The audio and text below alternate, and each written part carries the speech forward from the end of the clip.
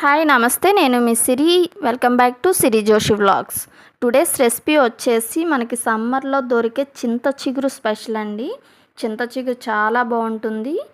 చింత చిగురులో vitamin C అనేది అధికంగా ఉంటుంది. మనకి చింత చిగురు అనేది సమ్మర్లోనే ఎక్కువగా అవైలబుల్ ఉంటుంది. కాబట్టి సీజనల్ ఫుడ్స్ అనేది ప్రతి ఒక్కరూ మిస్ అవ్వకుండా ఏ సీజన్లో దొరికే ఐటెం ఆ సీజన్లో వండుకొని తింటే చాలా అంటే చాలా బాగుంటాయి. ప్రతి ఒక్కరూ మిస్ అవ్వకుండా సీజనల్ ఫుడ్స్ అనేవి కంపల్సరీగా ప్రిపేర్ చేసుకోండి. చింత చిగురు అనగానే ప్రతి ఒక్కరికి తినాలనిపిస్తుంది. చింత చిగురు అనగానే నోరూరుతుంది. ఇది అమ్మమ్మల కాలం నుంచి వస్తున్న వంట. సో వీడియో అనేది స్కిప్ చేయకుండా లాస్ట్ వరకు చూడండి. ఇక్కడ నేను చింత చిగురు కాడలను తీసి కడిగి పక్కన పెట్టుకున్నాను. మరి ఇంకెందుకు ఆలస్యం, చింత చిగురు పప్పు కాంబినేషన్ ఎలా ప్రిపేర్ చేసుకోవాలో చూసేద్దాం. ఇప్పుడు దీనికోసం కుక్కర్ని తీసుకొని 1 కప్పు కందిపప్పుని నేను తీసుకున్నాను. కందిపప్పు అయినా పర్వాలేదు, పెసరపప్పు అయినా పర్వాలేదు, మీకు ఏ పప్పు నచ్చితే అది తీసుకోండి. దీన్ని 2-3 టైమ్స్ వాటర్తో కడిగి క్లీన్ చేసుకొని పక్కన పెట్టుకున్నాను. ఇక్కడ నేను 1 కప్పు కందిపప్పుకు వచ్చేసి 2.5 కప్పుల వాటర్ని తీసుకుంటున్నాను. 2.5 కప్స్ వాటర్ అయితే మనకి పర్ఫెక్ట్గా సరిపోతుంది. పప్పు అనేది పర్ఫెక్ట్గా ఉడికిపోతుంది. ఇప్పుడు నేను స్టవ్ ఆన్ చేసి దీన్ని స్టవ్ పై పెట్టుకొని ఒక 4-5 విజిల్స్కి అయితే నేను ఆఫ్ చేసుకుంటున్నాను.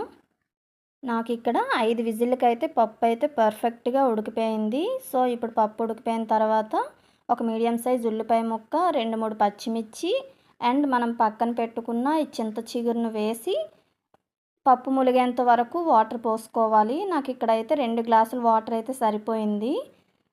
ఇప్పుడు కారానికి సరిపడే విధంగా కారం తీసుకోండి. నాకైతే ఇక్కడ 2 స్పూన్ల కారం అయితే సరిపోయింది. ఇప్పుడు గరిటతో అటు ఇటు కలుపుకొని టేస్ట్కి సరిపడే విధంగా సాల్ట్ వేసుకోండి.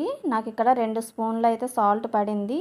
సాల్ట్ అనేది మీరు లాస్ట్లో అయినా అడ్జస్ట్ చేసుకోవచ్చు, కంగారు పడి ముందే ఎక్కువ వేసేయకండి. సో ఇప్పుడు అటు ఇటుగా కలుపుకొని మూత పెట్టి ఒక 5 నిమిషాల పాటు ఉడికించుకోవాలి.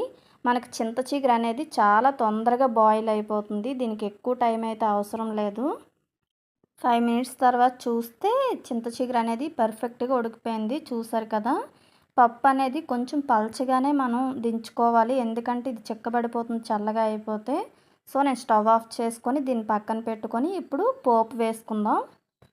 పోపు వేయడం కోసం నేను ఇక్కడ 3 స్పూన్ల ఆయిల్ తీసుకున్నాను. ఆయిల్ హీట్ అయిన తర్వాత 1 స్పూన్ ఆవాలు వేసుకున్నాను.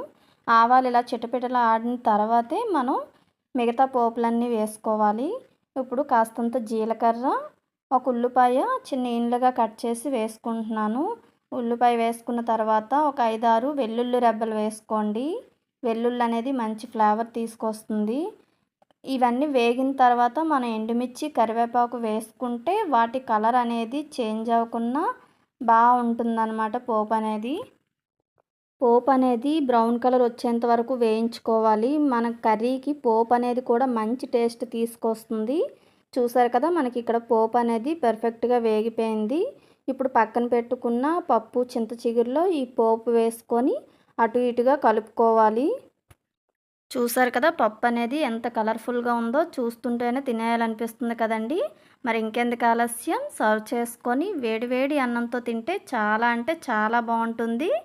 మరి ఇంకెందుకు ఆలస్యం, మీరు కూడా ట్రై చేసి ఎలా ఉందో కామెంట్ చేయండి. వీడియో నచ్చితే లైక్ చేసి మన ఛానల్ని సబ్స్క్రైబ్ చేయండి. పక్కనే ఉన్న బెల్ ఐకాన్ క్లిక్ చేయడం వల్ల నేను పెట్టే ఏ కొత్త వీడియో అయినా మీ వరకు చేరుతుంది. Thanks for watching. Bye bye.